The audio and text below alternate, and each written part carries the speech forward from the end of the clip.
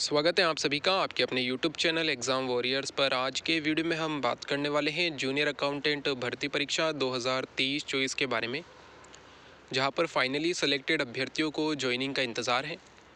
आप सभी जानते हैं 12 जनवरी को रोज़गार उत्सव का आयोजन किया जा रहा है, जिसमें कि सभी अभ्यर्थियों को नियुक्ति पत्र दिए जाएंगे। उससे पहले आपके जो नियुक्ति ऑर्डर है वो आने की यहाँ पर अभ्यर्थी इंतज़ार कर रहे हैं, क्योंकि आप सभी जानते हैं 2017 वाली भर्ती अगर उसके ऑर्डर आपने देखे हों तो यहाँ पर हर ज़िले की अपनी अपनी लिस्ट आई थी और वो लिस्ट आने की संभावनाएं आज से शुरू हो जाती हैं कि आज और आने वाले 2 दिन में आपके यहाँ पर वो ऑर्डर धीरे धीरे करके डीटीए के द्वारा जारी कर दिए जाएंगे। लगभग 41 डिस्ट्रिक्ट है तो इनके ऑर्डर यहाँ पर जारी होने वाले हैं, जिसकी संभावनाएं आज से बन रही है।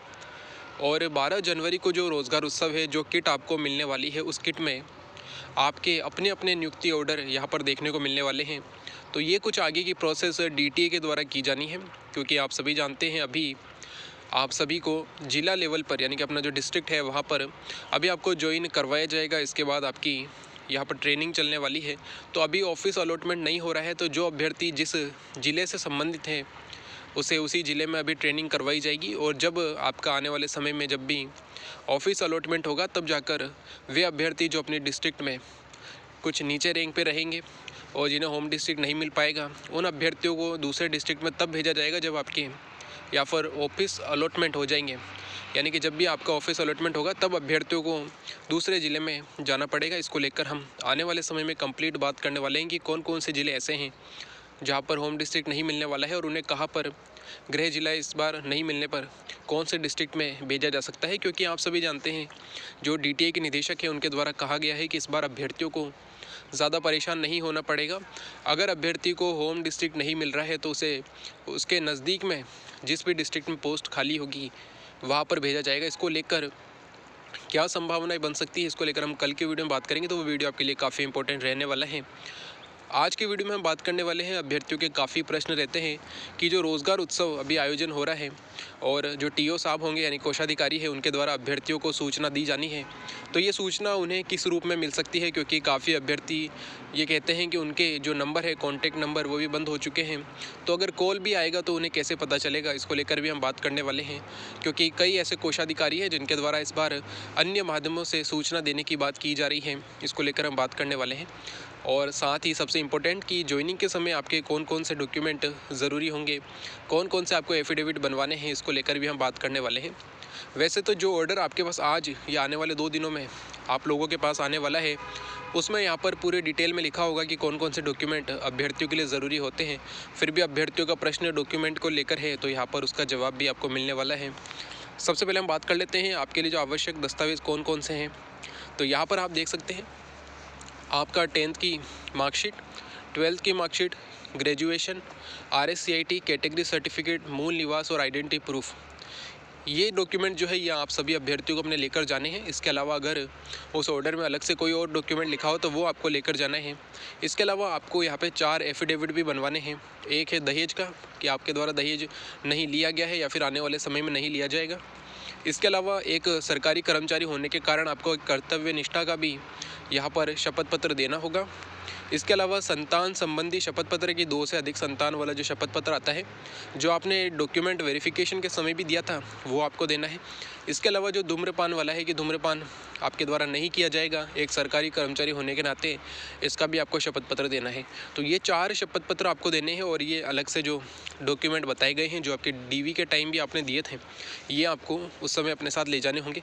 अगर इसके अलावा किसी और डॉक्यूमेंट की मांग यहाँ पर ज्वाइनिंग ऑर्डर में की जाती है तो वो आपको लेकर जाना है।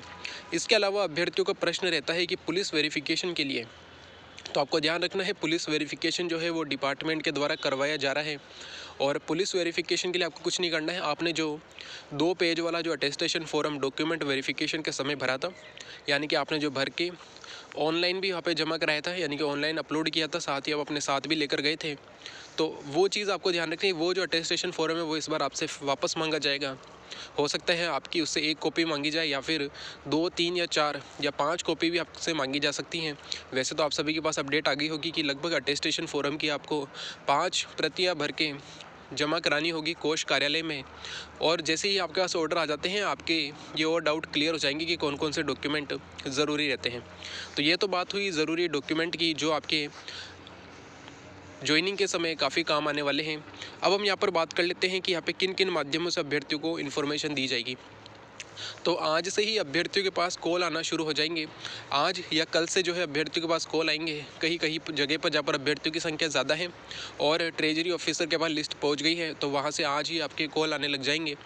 तो आज से ही जो अभ्यर्थियों को ध्यान रखना है, सबसे पहली बात कि अपना कॉल जो है यानी कि अपना जो मोबाइल है उसे हमेशा ऑन रखना है। साथ ही ज़्यादातर समय मोबाइल को अपने पास रखना है। वैसे तो अभ्यर्थी मोबाइल अपने पास ही रखते हैं, तो इस चीज़ का ध्यान रखना है कि कॉल आपके पास कभी भी आ सकता है। यानी कि 10 बजे से लेकर शाम को 6 बजे के बीच में कभी भी आपके पास कॉल किया जा सकता है।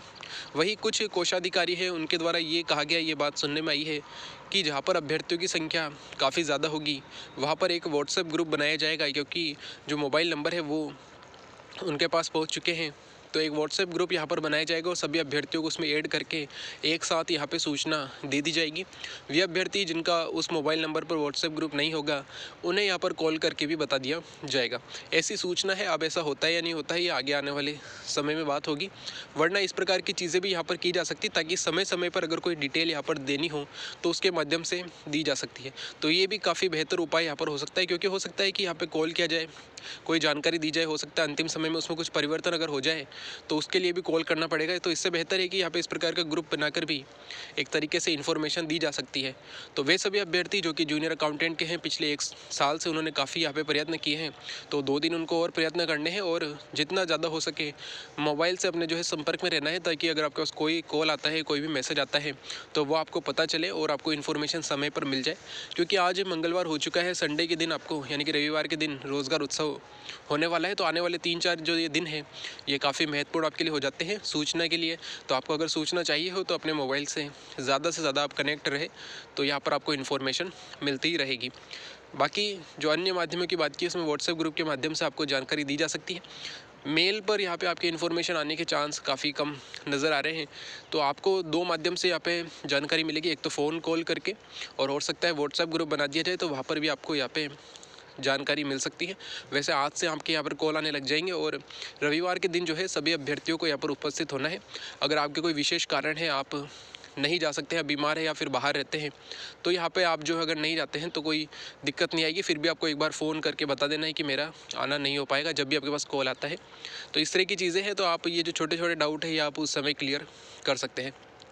बाकी बात रही आने वाले समय में, तो कल का वीडियो आपके लिए काफ़ी इंपॉर्टेंट रहेगा, क्योंकि काफ़ी अभ्यर्थी जिनका प्रश्न रहता है कि अगर हमें होम डिस्ट्रिक्ट नहीं मिलता है तो हमें कौन से डिस्ट्रिक्ट में इस बार जो है ज्वाइनिंग मिलने वाली है। क्योंकि 2017 में इनके द्वारा दूर दराज क्षेत्रों में भी ज्वाइनिंग दी गई थी, लेकिन इस बार जैसा कि डीटीए के निदेशक ने कहा है कि हम जो है सबसे पास में आपको ज्वाइनिंग देने की यहाँ पर कोशिश करेंगे जिन अभ्यर्थियों को होम डिस्ट्रिक्ट नहीं मिल पाता है। तो इसको लेकर हम कल बात करने वाले हैं और आने वाले समय में आपके लिए काफ़ी बेहतर वीडियो यहाँ पर देखने को मिलेंगे।